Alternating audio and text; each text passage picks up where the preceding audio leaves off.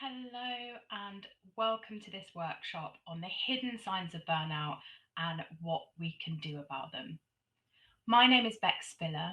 I'm the founder of the Anti-Burnout Club and I'm a formerly burnt out entrepreneur who experienced burnout in their mid to late 20s before there was a lot of talk about what burnout actually is. So I didn't realize that what I was going through was chronic stress and burnout. And there were lots of different hidden signs and symptoms that only now do I know were warning signs that I was burning out.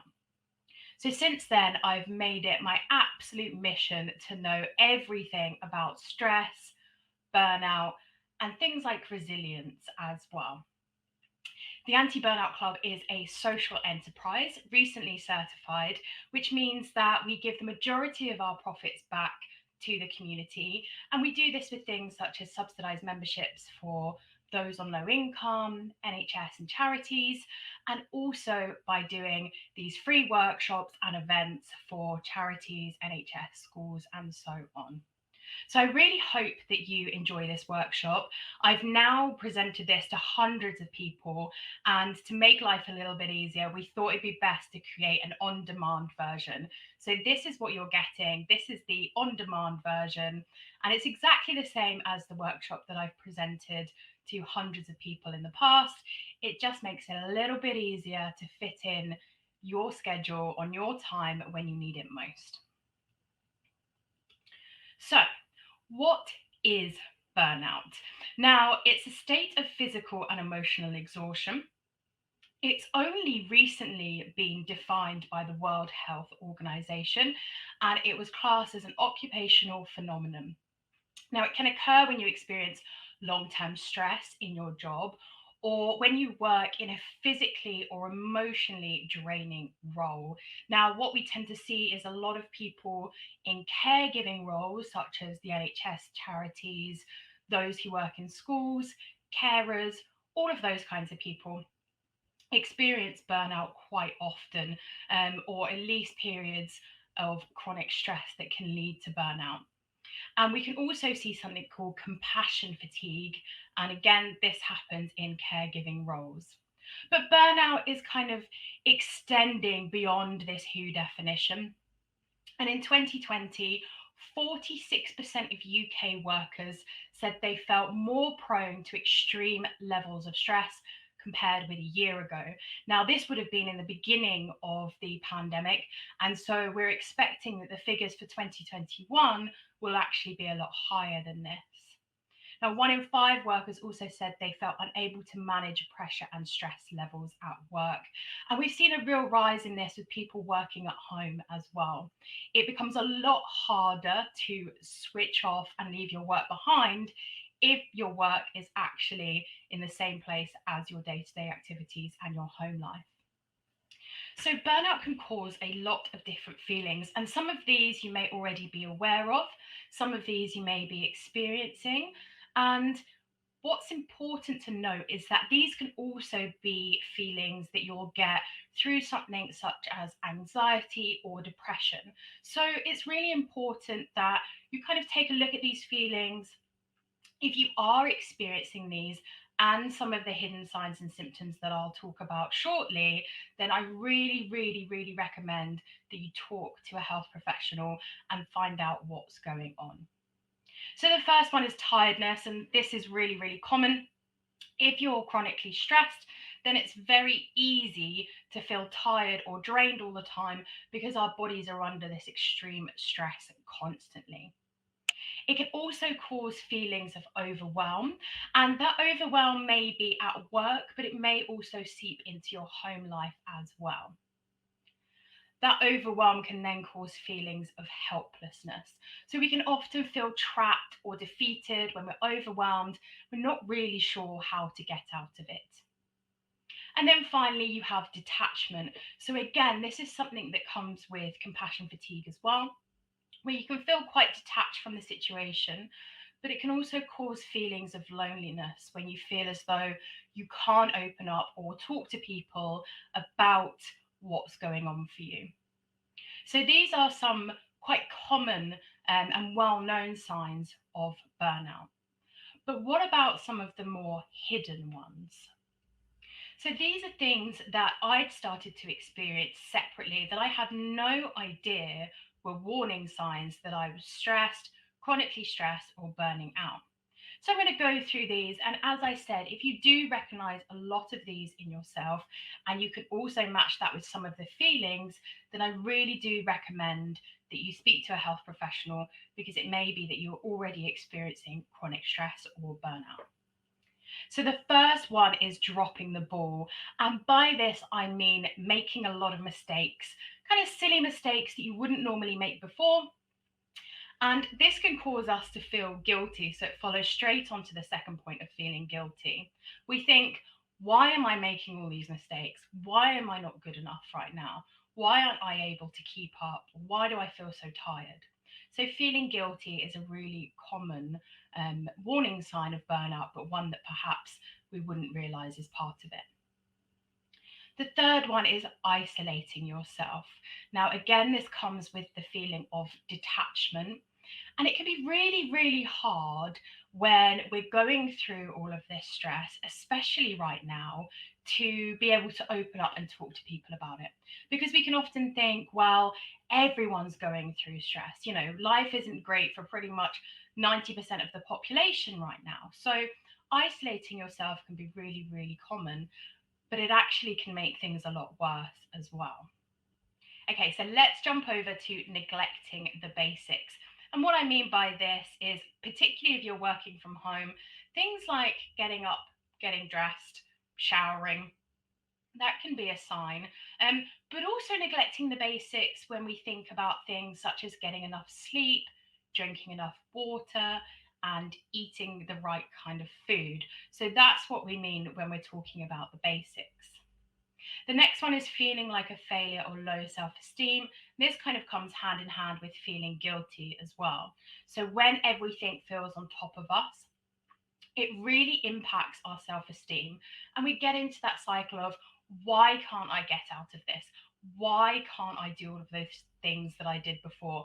Why am I neglecting the basics? I'm a huge failure, and so on and so forth. And again, this is a warning sign that perhaps we're burning out because we can't cope with this overload of stress. Next is getting snappy or feeling cynical. Now, my husband will tell you that he did not enjoy this part of my burnout. But again, it's something that we don't realize is perhaps part of a bigger picture. Perhaps we've been feeling a bit snappy, or we've been dropping the ball, neglecting the basics. And when you add all of these things together, it builds a bigger picture. So, getting snappy or feeling cynical, again, this can also be part of compassion fatigue.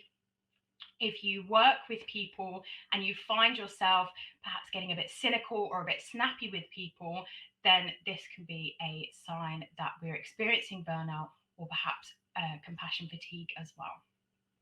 Okay, next up is physical symptoms. And this can include things such as headaches, stomach aches, gut and digestive issues, becoming more susceptible to illnesses such as colds and flus. Now, stress can have a big impact on our immune system, and it also plays a part in what is called the rest and digest system. So, if you already have gut issues or something such as IBS, then you may find that you get more flare ups when you're stressed.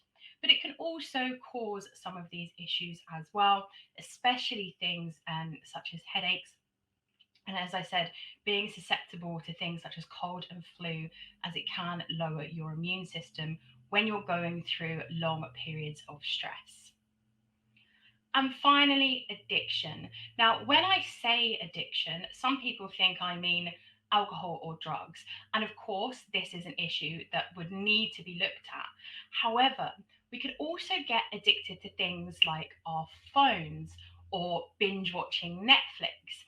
And this is more of an addiction to just trying to numb ourselves and shut off from the world. So if you find that you're becoming more addicted to those kind of numbing activities or ruminating by scrolling through Instagram and not really being able to focus, then that would also fall under this as well. So if you recognize some of these signs and symptoms in yourself, then it's really important to kind of be aware of these. It might be that, stress is creeping in, burnout is starting to take over. So in your workbook, if you've downloaded the workbook, there's a section for you to fill in what might cause a stress trigger for you. So what kind of situations might be triggering, and also how stress feels for you as well, because that's really important. A lot of these are, warning signs, but what does it actually feel like for you? Okay, so now let's move on to what can actually be done. We've done the signs and symptoms, we know what we're looking out for, and being able to spot these early can help us put the tools in place to slow stress down and get on top of it and actually prevent burnout as well. Now, as I've said, and I will continue to say, if you are already experiencing chronic stress, burnout, compassion fatigue, please do speak to a doctor or a therapist as your first port of call. So I'm going to go through some of the things that we recommend at the Anti-Burnout Club, and we've actually put together our own framework called the 5 Foundations of Wellness. Now, this has been put together with some of the old research into human needs and some of the more modern research into well-being. And we cover 5 foundations here: the basics, physical health, connection, mental well-being, and growth. And I'll kind of go through those as we go through this what can be done section. Okay, so the first thing is improving physical well-being. So this is foundations 1 and 2 of our 5 Foundations of Wellness: the basics and physical health. Now, remember when I mentioned neglecting the basics before, I spoke about things such as nutrition, hydration, and sleep. And that's what we mean by the basics at the Anti-Burnout Club. There are often things that get forgotten about. We want to kind of focus on meditation or all of these really cool different ways of improving our well-being, but the basics often get neglected. And that's our strong foundation that we really want to be able to build from. So that's why foundation 1 is the basics. Consider getting enough sleep, drinking enough water, and fueling your body in the right way. Foundation 2 is physical well-being, and this is movement. So what's really important is that you find a way of moving that works for you. There is nothing more stressful than saying, I'm going to go to the gym 4 or 5 times a week, and then realizing that you don't enjoy it, you don't have the time for it, and it's just not right for your schedule. So pick a type of movement that you really love, that you actually want to do, and fit it into a schedule that works for you as well. So it could be yoga, it could be going to the gym, it could be walking the dogs. It might even be one of our personal favorites at the Anti-Burnout Club, which is a kitchen disco. So that's a case of putting on some music, 10 minutes, moving around the kitchen, washing the dishes at the same time, whatever else, but just something that gets your blood pumping, your heart beating. Then we have mental well-being. So this is foundations 3 through to 5 of our 5 Foundations of Wellness: connection, mental well-being, and growth. Now, when I talk about connection, I do mean connection to other people in terms of socializing, and I'll get onto that in a little bit. But I also mean connection to ourselves. Now, mindfulness has been proven to be really, really powerful when it comes to stress. And I used to think that meditation and mindfulness was all just kind of a bit, I didn't want to close myself in a dark room for half hour, and I didn't have the time to either. So when I studied mindfulness and realized that it can be done when washing the dishes or in the shower, it became far more powerful to me to have those little mindful moments without having this kind of expectation of sitting cross-legged in a dark room somewhere in silence. So mindfulness is a really powerful tool to use. And then you've got other tools that have become really popular recently as well. So the picture here is tapping, EFT. and also breath work. Now, as I mentioned before, when we get stressed, it can mess with what's called our rest and digest system. Now, this is our parasympathetic nervous system, and breath work is incredible for activating this. You don't need a lot of time, you don't need any fancy equipment. It's just a really, really great way of grounding ourselves and getting our bodies out of the fight or flight mode. So, breath work has become really, really popular for good reason. There are plenty of other tools, such as meditation, which is part of mindfulness, that can work for you as well. So, again, just like with movement, it's about finding what works for you and what gives you that connection to yourself, to your thoughts and your feelings and emotions that can help reduce stress levels. Then, of course, mental well-being. Really, here we're talking about therapy and therapeutic practices. Now, at the Anti-Burnout Club, we do have therapists who provide tools and resources that can help you learn to deal with stress, but nothing beats going face to face or via Zoom with a therapist or a counsellor. So we always recommend that that's something that you do as well. And then we have growth, and this is kind of the top of the pyramid, if you like. Once everything is a bit more settled and you're starting to feel on top of your stress, humans flourish when we're learning and we're growing, whether it's new skills or doing the lessons at the Anti-Burnout Club or whatever else. So we find that growth, once everything else seems to be getting there, is something to really help us flourish, as opposed to just bringing our stress levels to base level. When I talk about growth as well, we also talk about resilience quite a lot at the Anti-Burnout Club. We talk a lot about positive psychology and happy habits, and learning resilience can really help reduce our chances of experiencing burnout, as it can help us manage stress a lot better and help us bounce back quicker and adapt to change and all of that kind of stuff. So if you have the opportunity to learn how to build your resilience, we do some workshops on this that you can normally find on Eventbrite. If you have that opportunity, then I really highly recommend that you learn, start building your resilience, as this can have a really long-term impact on how you manage your stress going forward. And then we have connection, which is one of my favorite ways of managing stress, and also one of the hardest, because as you may have noticed, we talk a lot about detachment and isolating ourselves when we're dealing with chronic stress and burnout. But creating strong bonds and connection with others is really vital to avoiding burnout and also to building resilience.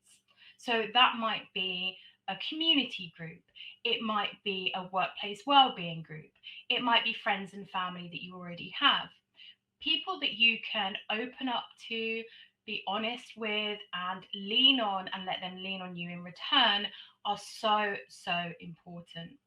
Now, the theme of World Mental Health Day this year was loneliness. And so there's a strong focus on all of us building connections back again, especially over the last few years where we may have felt isolated. So consider this your little nudge to get out there, start connecting, building your little group, whether it's at work, out in the community, or with your current friends or family. Really do focus on those strong social bonds. Okay, so you may be thinking, this sounds great, Bex, amazing, but where on earth do you expect me to find the time to do yoga or to socialize with all my friends or to meditate or whatever else? And so I want to, just before we finish up, cover some little tips and tricks that I have to help you find the time for well-being. Okay, number one is to book it in. And I mean book it in as if it's an important appointment that you can't get out of. If we don't schedule time for well-being, then there's a good chance that deteriorating health will mean that we won't have a choice going forward. We'll just get ill and we'll have to make that time for well-being. So have a look at your schedule now. You don't need a huge amount of time. This is really, really important to stress, because you can fit in 5 minutes here and there. It doesn't need to be, an hour's yoga class in the middle of the day, whatever else. Have a look at your schedule now and say, where could I fit in perhaps 5, 10, or 15 minutes of well-being, and then put that in your calendar as if it's that important appointment and you can't let yourself down.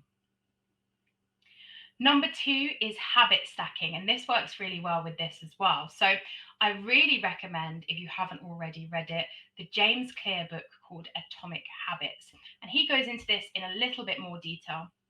But habit stacking is effectively where we stack a new habit on top of something that we already do automatically. So we all have these automatic habits, you know, wake up, get in the shower, have breakfast, brush teeth, whatever else. Have a look at your current routine and see what self care activities you can stack on top of things you already do as a habit. Now, you can also kind of combine things together. So, as I said before, for example, when I discovered that mindfulness was something I could do when I was having a shower or brushing my teeth, I instantly stacked that self care activity on top of something that I was already doing. So think about things that you do automatically and how you could stack self care activities on top of the things that you already do. The next one is well-being groups. Now, this is a great way for getting that social connection that we were talking about and being able to do things that are good for your well-being together as a group. So you could create or join groups, whether that's inside of work or outside of work, and then pick different well-being activities that you want to do together, which then combines hanging out with people, having that social connection, and the well-being activity. This could be something as simple as going for a walk in the park, or it might be that you all want to do a yoga class together, or you're all going to go to meditation class, or whatever else. So create your group, create your community in work or outside of work, and then pick perhaps once a month one activity that you all want to do together. And finally, one of my favorite ever things is the Pomodoro technique. So, for those who love productivity hacks, this is great for that. But it's also a really clever way of fitting in more self care into your day. So, the Pomodoro technique is effectively 25 minutes of focused work and 5 minutes of a break. So, what I like to do is 25 minutes of focus, and you can do this at work, you can do it with a housework, you can do it whatever you like. And then I use that 5 minutes to fit in a tiny little self-care activity, whether that's focusing on the basics such as getting a glass of water, or whether it's getting in 5 minutes of movement, doing some star jumps, 5 minutes of mindfulness, whatever else. So use this to create your own little bursts of focus and self care. And if you do work in a situation where perhaps you wouldn't be able to do 25 minutes on, 5 minutes off, then create your own Pomodoro timing. So it could be 2 hours of focus, and then you get a 5 minute break, or whatever else. All of those 5 minutes really do add up. And even if you only did 4 or 5 of them over a day, that's still 20 to 25 minutes of self care that you probably wouldn't get before. Making well-being a priority is something we have to get into the habit of. And when we create new habits, we do get some resistance in our minds. So do consider that as you start bringing in these new well-being activities, there is going to be some pushback, because your brain will say, I like my old habits, even though they're not great for me, and even though it's causing me lots of stress, that is far less stressful for me than having to learn new habits or do something new or create new neural pathways to have this habit stick. So do expect resistance, and you do just have to push through that a little bit. It might be that you're getting resistance because there are things that you just don't enjoy doing. So if that's the case, don't be afraid to drop the thing. But if it's just that you get to the 2 week mark, you've been really enjoying it, and you kind of fall off the wagon, then that's okay. Say that wasn't a priority for me yesterday. I've really enjoyed, doing yoga for 2 weeks. Tomorrow I'm going to make it a priority again. It just wasn't for me today. So really do think about how you talk to yourself. It is very, very common for us to want to make all of these new habits and then kind of get to a point where we struggle or we fall off the wagon a little bit and then we beat ourselves up and we never go back to it. So do expect that resistance. Do expect to kind of face hurdles and fall off the wagon a little bit, but then push that to one side, say that's done, and carry on tomorrow or whenever is right for you.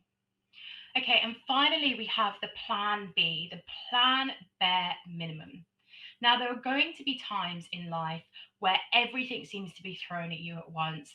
Perhaps you're working really, really long days and there's other things going on at home and it all just feels a bit too much. And this is where I like to have a plan B, a plan bare minimum. Now, in your workbook, you've got space to write out your plan bare minimum. But what we really want to look at is kind of the non negotiables. So, if I do not have the time or I'm too tired or stressed to cook myself a healthy meal every evening, what could my bare minimum be? And that might be something as simple as, a tin of soup or a pot of soup with lots of vegetables in it. That's my plan bare minimum. Or if I can't attend the exercise class or the gym like I promised myself I would, what's my plan bare minimum? And that might be I'm going to walk to work instead.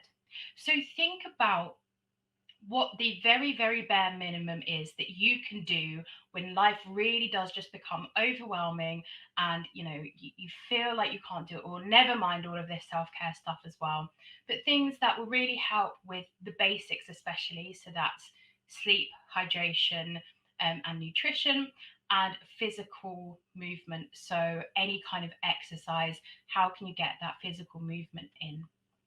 So do consider what your plan bare minimum is, and whenever life takes over, resort to plan B. And that is it. Thank you so much for joining me for this workshop. Now, this is pre-recorded, which means that this screen is pretty irrelevant to you right now as you're not able to ask me questions face to face. But what you can do is drop me an email. And if you've downloaded the workbook, then I've included my email at the end of it. Or if this has been sent to you by someone at work or in your team, then there's a good chance that they will have my email as well.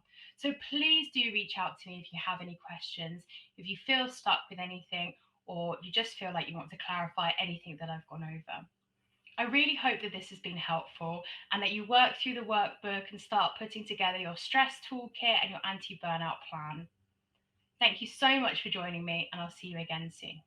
Take care.